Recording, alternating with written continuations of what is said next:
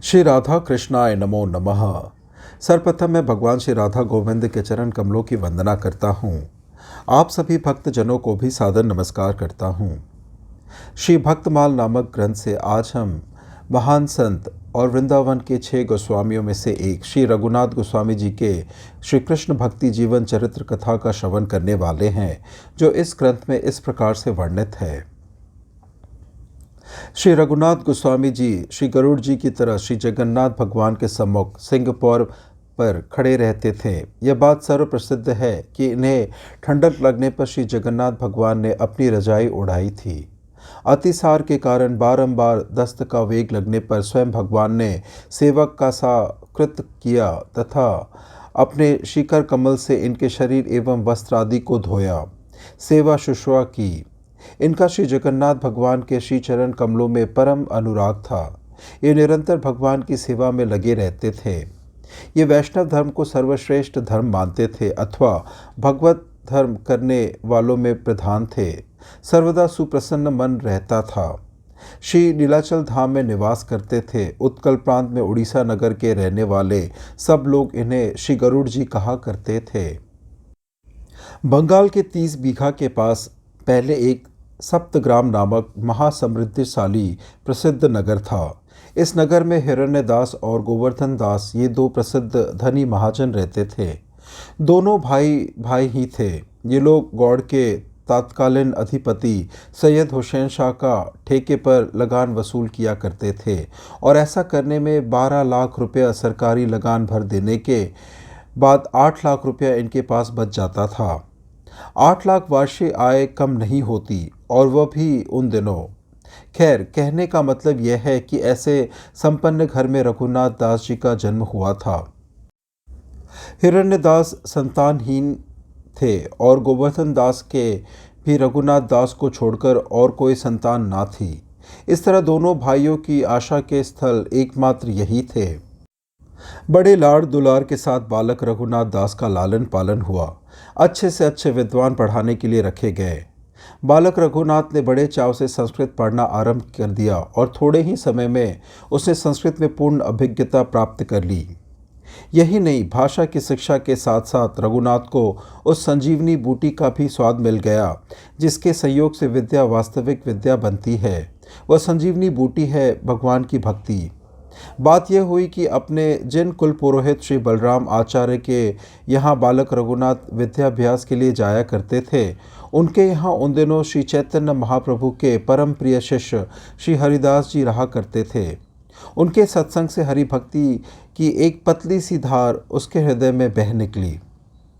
उन्हीं दिनों खबर मिली कि श्री चैतन्य देव शांतिपुर श्री अद्वैताचार्य के घर पधारे हुए हैं।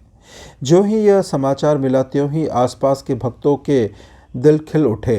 रघुनाथ तो खबर पाते ही दर्शन के लिए छटपटा उठे। उसने शांतिपुर जाने के लिए पिता से आज्ञा मांगी। पिता के लिए यह एक अनावश्यक सा प्रस्ताव था, पर जब उन्होंने देखा कि रघुनाथ के चेहरे पर बेचैनी दौड़ पड़ी है, तब उन्होंने उसे रोका नहीं और जाने की अनुमति दे दी और उसे एक राजकुमार की भांति बढ़िया पालकी में बैठाकर नौकर चाकरों के दल के साथ शांतिपुर भेज दिया। शांतिपुर में रघुनाथ दास जी सीधा श्री अद्वैत आचार्य के घर पहुँचे। जाकर भेंट की, वस्तुओं के सहित गौर के चरणों में लोटपोट हो गए। गौर इसे देखते ही ताड़ गए कि इसका भविष्य क्या है। फिर भी उन्होंने अनासक्त भाव से घर गृहस्थी में रहते हुए भी भगवत प्राप्ति की जा सकती है आदि उपदेश देकर आशीर्वाद सहित घर के लिए वापस किया। रघुनाथ घर वापस आ रहा था, पर उसे यह ऐसा कठिन मालूम पड़ रहा था जैसे नदी में प्रवाह के विपरीत तैरना। अस्तु किसी तरह हृदय की उथल पुथल के साथ वह घर आया और माता पिता तथा ताऊ के चरणों में प्रणाम किया, पर उन्होंने देखा कि उसके चेहरे का रंग ही बदला हुआ है। घर वालों को पछतावा हुआ कि इसे गौरांग के पास क्यों जाने दिया। खैर, जो हुआ सो हुआ, अब ऐसी गलती नहीं करनी चाहिए। ऐसा निश्चय करके उन्होंने अपने लड़के पर चौकी पहरा बैठा दिया। शायद विवाह हो जाने से मेरे बेटे का चित्त स्थिर हो जाए। इस ख्याल से श्री गोवर्धन दास मजुमदार ने झटपट व्यवस्था करके एक अत्यंत रूपवती बालिका के साथ अपने पुत्र का विवाह कर दिया। परंतु पीछे उनका ख्याल गलत साबित हुआ। वह बार बार घर से निकल भागने का प्रयत्न करता और पहरेदार पकड़कर लौटा लाते। उन दिनों उस देश में गौरांग महाप्रभु के बाद यदि किसी महापुरुष के नाम की धूम थी तो वह थी श्री नित्यानंद के नाम की। सन्यासी होकर अनेक देश देशांतरों में परिभ्रमण करने के बाद श्री नित्यानंद प्रभु श्री गौरांग के शरणापन्न हुए और उन्हीं की आज्ञा से वे गौड़ प्रदेश में हरि नाम का प्रचार कर रहे थे। उन्होंने पानीहाटी ग्राम को हरिनाम प्रचार का प्रधान केंद्र बना रखा था। रघुनाथ दास जी की भी इच्छा यह आनंद लूटने की हुई। पिता ने भी रोक नहीं लगाई, पर रघुनाथ दास जी पर निगाह रखने वालों को और अधिक सावधानी के साथ काम करने का आदेश कर दिया। रघुनाथ दास पानीहाटी गए, श्री नित्यानंद के दर्शन से अपने नेत्रों को सुख पहुंचाया और हरिनाम संकीर्तन की ध्वनि से अपने कर्ण विवरों को पावन किया। यही नहीं, श्री नित्यानंद की दया से इन्हें समवेत असंख्य वैष्णव जनों को दही चिवड़े का महाप्रसाद चढ़ाने का भी सुअवसर प्राप्त हो गया। दूसरे दिन बहुत सा दान पुण्य करके श्री नित्यानंद जी से आज्ञा लेकर घर आ गए, पर शरीर से मन से नहीं।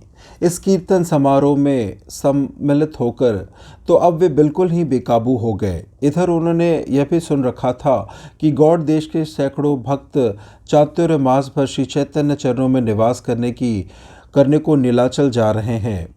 इस स्वर्ण संयोग को वे किसी तरह हाथ से जाने देना नहीं चाहते थे। एक दिन भगवत प्रेरित महामाया ने एक साथ सारे के सारे ड्योढ़ीदारों को निद्रा में डाल दिया और सबेरा होते न होते रघुनाथ महल की चहरदीवारी से निकलकर 9-2-11 हो गए। इधर जो ही मालूम हुआ कि रघुनाथ नहीं है तो सारे महल में सनसनी फैल गई। पूर्व पश्चिम उत्तर दक्षिण सभी दिशाओं को आदमी दौड़ पड़े, पर वहां मिलने को अब रघुनाथ की छाप ही नहीं थी। अनुमान किया गया कि कहीं पुरी ना गए हो। उन्होंने 5 घुड़सवारों को पुरी के रास्ते पर दौड़ा दिया, पर वहां रघुनाथ दास जी कहीं नहीं मिले। भगवान ने उन्हें यह बुद्धि दी कि आम सड़क होकर जाना ठीक नहीं, इसलिए वे पगडंडी के रास्ते से गए और रात होते होते प्राय 30 मील जा पहुंचे। इधर यात्रियों का संग लेने के बाद गोवर्धन दास के आदमियों को जब शिवानंद से मालूम हुआ कि रघुनाथ उनके साथ नहीं आए, तब हताश होकर वे लौट आए। सारे महल में कोहराम मच गया। हितो मित्र सभी आंसू बहाकर संवेदना प्रकट करते और समझाते कि सबका रक्षक एकमात्र ईश्वर है, इसलिए चिंता नहीं करना चाहिए। पर उन्हें ढाढ़स नहीं बनता था। एक राजकुमार जो कभी एक पग भी बिना सवारी के ना चलता था, वो आज बड़े बड़े विकट बटोहियों के भी कान काट गया। उत्कट वैरागी रघुनाथ को प्रथम दिन की यात्रा समाप्त करने के बाद एक ग्वाले के घर में बसेरा मिला और उसके दिए हुए थोड़े से दूध पर बसर करके उन्होंने दूसरे दिन बिल्कुल तड़के फिर कूच कर दिया और इस तरह लंबी पैदल यात्रा करके करीब 1 महीने का रास्ता रघुनाथ में कुल 12 दिनों में तय कर डाला और इन 12 दिनों में उन्होंने कुल 3 बार रसोई बनाकर अपने उदरकुंड में आहुति दी। इस प्रकार प्रभु सेवित नीलाचलपुरी के दर्शन होते ही इन्होंने उसे नमस्कार किया और श्री चरणों की ओर अग्रसर हुए। इनके हृदय में ना जाने क्या क्या तरंगे उठ रही थी। इसी प्रकार भावुकता के प्रवाह में अलौकिक आनंद लाभ करते हुए ये निश्चित स्थान के निकट जा पहुँचे। दूर से ही इन्होंने देखा कि भक्तजनों से घिरे हुए श्री चैतन्य प्रमुख आसन पर विराजमान है। उस अलौकिक शोभायुक्त मूर्ति का दर्शन करते ही रघुनाथ का रोम रोम खिल उठा। हर्षातिरेक से उन्हें तन वदन की भी सुधि ना रही। रघुनाथ दास जी श्री चरणों के निकट पहुंच गए। सबसे पहले मुकुंद दत्त की निगाह उन पर पड़ी। देखते ही उन्होंने कहा, अच्छा रघुनाथ दास आ गए।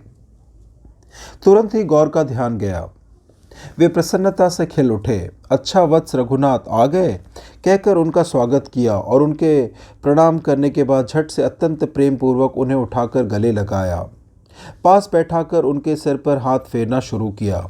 रघुनाथ को ऐसा मालूम पड़ा मानो उनके रास्ते की सारी थकावट हवा हो गई। महाप्रभु की करुणाशीलता देखकर उनकी आंखों से श्रद्धा और प्रेम के आंसू बरस पड़े। उन्हें भी गौर ने निच कर कमलों से ही पूछा, इसके अनंत चैतन्य देव ने स्वरूप दामोदर को अपने पास बुलाकर कहा कि देखो, मैं इस रघुनाथ को तुम्हें सौंपता हूँ। खान पान से लेकर साधन भजन तक की सारी व्यवस्था का भार तुम्हारे ऊपर है। भला बहुत अच्छा कहकर स्वरूप ने प्रभु की आज्ञा शिरोधार की और रघुनाथ को अपनी कुटी में ले गए। उनके समुद्र स्नान करके वापस आने पर उन्हें जगन्नाथ जी का प्रसाद और महाप्रसाद लाकर दिया। रघुनाथ ने उसे बड़े प्रेम से पाया, परंतु जब उन्होंने देखा कि यह तो रोज का सिलसिला है, जब उनके मन में यह विचार हुआ कि रोज रोज यह बढ़िया बढ़िया माल खाने से वैराग्य कैसे सधेगा, आखिर 4-5 दिन के बाद ही उन्होंने यह व्यवस्था बदल दी। मैं एक राजकुमार की हैसियत का आदमी हूँ, इस प्रकार का रहा सहा भाव भी भुलाकर वह साधारण भिक्षु की भांति श्री जगन्नाथ जी के सिंह द्वार पर खड़े होकर भिक्षावृत्ति करने लगे और बड़े आनंद के साथ दिन व्यतीत करने लगे। जब लोगों को मालूम हुआ कि ये बहुत बड़े घर के लड़के होकर भी इस अवस्था में आ गए हैं, तब उन्हें अधिक अधिक परिमाण में विविध प्रकार के पदार्थ देना आरंभ कर दिया। आखिर घबराकर रघुनाथ दास जी को यह कर्म भी त्यागना पड़ा। अब वह चुपचाप एक अन्य क्षेत्र में जाते और वहां से रूखी सूखी भीख ले आते। रघुनाथ की गतिविधि क्या से क्या हो रही है, श्री गौरांग देव को पूरा पता लगता रहता। उनके दिन दिन बढ़ते हुए वैराग्य को देखकर उन्हें बड़ा सुख मिलता। रघुनाथ की उत्कट जिज्ञासा देखकर श्री महाप्रभु ने एक दिन उन्हें साधन संबंधी कुछ उपदेश किया।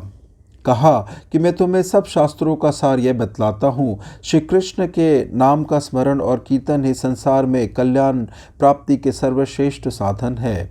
पर इस साधन की भी पात्रता प्राप्त करने के साधन ये है कि निरंतर साधु संग करे, सांसारिक चर्चा से बचे, परिनिंदा से कोसों दूर रहे, स्वयं अमानी होकर दूसरों का मान करे, किसी का दिल ना दुखाए और दूसरे के दुखाने पर दुखी ना हो, आत्म प्रतिष्ठा को विष्ठावत समझे, सरल और सचरित होकर जीवन व्यतीत करे आदि। रघुनाथ दास इच्छा और अनिच्छा से जब तक राजकुमार थे तब तक थे। अब वह वैरागी बन गए, इसलिए उनका वैराग्य भी दिन दिन बड़े वेग से बढ़ता जाता है। पहले वे अन्य क्षेत्र में जाकर भिक्षा ले आते थे, पर अब उन्होंने यह भी बंद कर दिया। कारण भंडारी को जैसे ही इनके वंश आदि का परिचय मिला, उसने भिक्षा में विशेषता कर दी, इसलिए इन्हें इस व्यवस्था को भी त्याग कर नई व्यवस्था करनी पड़ी। इसमें पूर्ण स्वाधीनता थी। श्री जगन्नाथ जी में दुकानों पर भगवान का प्रसाद भात दाल आदि बिकता था। यह प्रसाद बिकने से बचते बचते कई कई दिन का हो जाने से सड़ भी जाता था। सड़ जाने से जब यह बिक्री के काम का भी नहीं रहता, तब सड़क पर फेंक दिया जाता था। रघुनाथ दास जी फेंके हुए प्रसाद में से थोड़ा सा बटोर कर ले आते और उसमें बहुत सा जल डालकर उसे धोते और उसमें से कुछ साफ से खाने लायक चावल निकाल लेते और नमक मिलाकर उसी से अपने पेट की ज्वाला शांत करते। गौरांग देव को इनकी इस प्रसादी का पता लगा तो वे एक दिन सायंकाल को दबे पांव रघुनाथ के पास पहुँचे। जो ही उन्होंने देखा कि रघुनाथ प्रसाद पा रहे हैं, जो जरा और भी दुबक गए और इसी तरह खड़े रहे। एकाएक बंदर की तरह झपट कर छापा मारा। झट से एक मुट्ठी भर के वह कहा, वाह बच्चू, मेरा निमंत्रण बंद करके अब अकेले ही अकेले यह सब माल उड़ाया करते हो। कहते हुए मुख में पहुंचाया।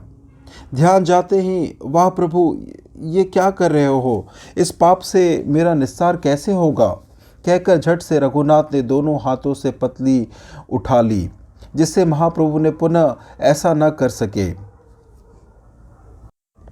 संकोच और लज्जा से उनका चेहरा मुरझा गया और नेत्रों में जल बिंदु झलक आए। महाप्रभु मुंह में दिए हुए कोर को मुराते मुराते रघुनाथ की ओर करुणा भरी दृष्टि निहारते हुए पुनः हाथ मारने को लपके और रघुनाथ, हे प्रभु, अब तो क्षमा कीजिए, कहते हुए पतली लेकर भागे। तब तक ये सब हल्ला गुल्ला सुनकर स्वरूप गोस्वामी भी आ पहुँचे और यह देखकर कि श्री गौर जबरदस्ती रघुनाथ का उच्छिष्ट खाने का प्रयत्न कर रहे हैं, उनसे हाथ जोड़कर प्रार्थना की, प्रभु दया करके यह सब मत कीजिए, इसमें दूसरे का जन्म कर्म बिगड़ता है। चैतन्य देव ने मुख में दिए हुए ग्रास को चबाते चबाते ही कहा, स्वरूप, तुमसे सच कहता हूँ, ऐसा सुस्वादु अन्न मैंने आज तक नहीं पाया। इस प्रकार श्री गौरांग देव की कृपा दृष्टि से प्रोत्साहित होते रहकर रघुनाथ ने वही पुरी में रहकर 16 वर्ष व्यतीत कर दिए। श्री चैतन्य जब अहर्निश प्रेमोन्माद मत में रहने लगे, तब उनकी देह रक्षा के लिए वे सदा उनके साथ ही रहने लगे। वे उनकी बड़ी श्रद्धा के साथ सेवा करते और उनके मुख से निकले हुए वचनामृत का पान करते। आगे चलकर श्री गौर का तिरोभाव हो गया, जिससे रघुनाथ के शोक का पार ना रहा, और प्रभु के बाद जब श्री स्वरूप भी विदा हो गए, तब तो उनका पुरीवास ही छूट गया। वे वृंदावन चले गए। इसके बाद वे वृंदावन में श्री राधा कुंड के किनारे डेरा डालकर कठोर साधना में लग गए। श्री रघुनाथ दास जी केवल छाछ पीकर जीवन यापन करते। रात को सिर्फ घंटे 1.5 घंटे सोते, शेष सारा समय भजन में व्यतीत करते। प्रतिदिन 1 लाख नाम जप का उनका नियम था। श्री चैतन्य चरितामृत का कहना है कि रघुनाथ दास के गुण अनंत थे, जिनका हिसाब कोई नहीं लगा सकता। उनके नियम क्या थे? पत्थर की लीक थी। 4 ही घड़ी में उनका खाना पीना सोना आदि सब कुछ हो जाता था। शेष सारा समय साधना में ही व्यतीत होता था। वैराग्य की तो वे मूर्ति ही थे। जीभ से स्वाद लेना तो वे जानते ही नहीं थे। वस्त्र भी फटे पुराने केवल लज्जा और शीत से रक्षा करने के लिए रखते थे। प्रभु की आज्ञा को ही भगवत आज्ञा समझकर चलते थे। एक बार ठंड के दिनों में इन्हें बड़े जोर की सर्दी लगी, तो जगन्नाथ भगवान ने इन्हें अपनी रज़ाई ओढ़ाई। शौच के समय साथ जाकर सेवा करने की रीति का प्रमाण तो वैसा ही समझना चाहिए जैसा कि सुख राशि श्री प्रभु ने श्री माधव दास जी के साथ किया था। महाप्रभु श्री कृष्ण चैतन्य जी की पूर्व निर्दिष्ट आज्ञा के अनुसार श्री रघुनाथ दास जी श्री जगन्नाथपुरी से श्री वृंदावन चले गए और राधा कुंड पर निवास किया। इन्होंने श्री प्रिया प्रियतम के प्रबल चिंतन द्वारा अपने शरीर को भाव रूप कर लिया था। एक दिन भगवान की मानसी पूजा करते समय दूध भात का भोग लगाया और स्वयं भी इन्होंने प्रभु के अनुरोध से भावपूरित हृदय से प्रसादी दूध भात पा लिया। इससे हृदय में प्रेम तो खूब उमड़ा, परंतु साथ ही उस दूध भात का रस शरीर की नाड़ियों में व्याप्त हो गया, जिससे ज्वर हो आया। नाड़ी देखकर वैद्य ने स्पष्ट कर दिया कि इन्होंने दूध भात पाया है। इनका संस्कृत भाषा का ज्ञान भी बहुत अच्छा था। वृंदावन में रहते समय इन्होंने संस्कृत में कई ग्रंथ भी लिखे। चैतन्य चरितामृत के लेखक श्री कृष्णदास कविराज के ये दीक्षा गुरु थे। अपने ग्रंथ के लिए बहुत कुछ भाव उन्हें इन्हीं महापुरुष से प्राप्त हुए।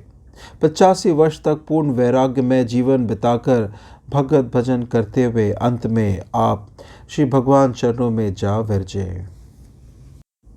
इस प्रकार से गोस्वामी श्री रघुनाथ दास जी के श्री कृष्ण भक्ति जीवन चरित्र की कथा यहीं संपन्न होती है। श्रवण करने के लिए और अपना बहुमूल्य समय देने के लिए आपको धन्यवाद। त्रुटियों के लिए क्षमा प्रार्थी हूँ। श्री राधा कृष्णाय नमो नमः।